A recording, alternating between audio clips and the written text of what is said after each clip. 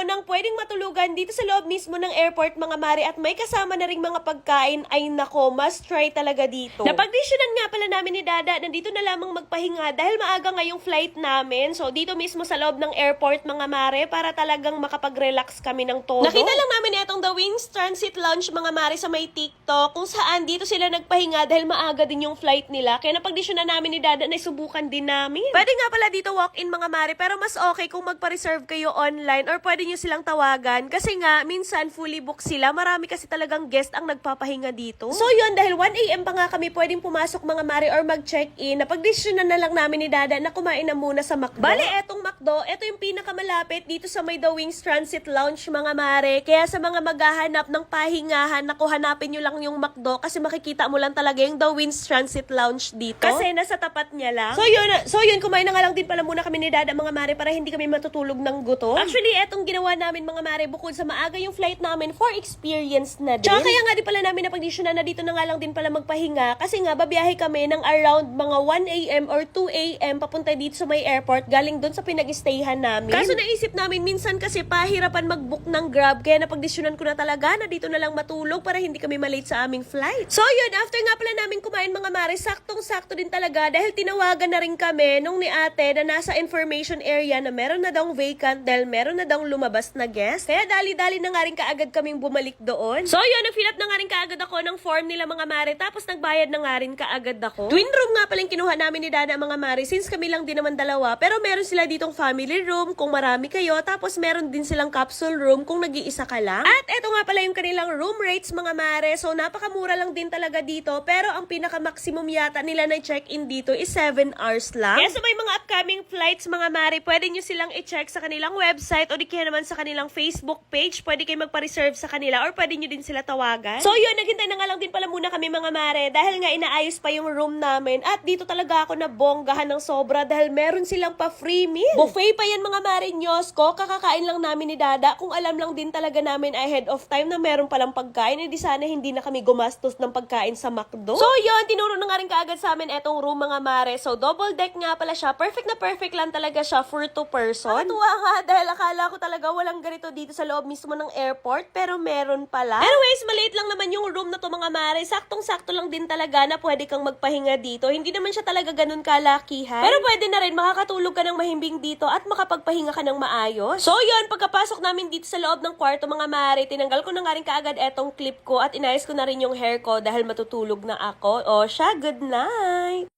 Gusto niyo ba magkaroon ng 500 pesos? So wag niyo lang i-skip itong video na to dahil for today's video, mamimigay tayo ng 500 pesos sa mga magre-register ng PH Minds na nasa comment section yung link. Pero bago yun, ipapakita ko na muna sa inyo kung paano ako nananalo at naglalaro dito. Dito nga pala sa PH Minds, guys, marami nga palang games na pwedeng pagpilian, pero usually dito talaga ako naglalaro sa may Super Ace dahil napakadali lang talaga maglaro dito. So play lang tayo, papakita ko sa inyo, guys. So ayun, magtataya lamang tayo dito ng kahit 500 pesos. And ngayon, titingnan natin kung mananalo tayo. So, yan, tumaya lang ako ng 500. And let's see kung mananalo tayo ngayon. Let's go! Tumaya lang ako ng 500 pesos. Mananalo kaya tayo ngayon. Ay! 150!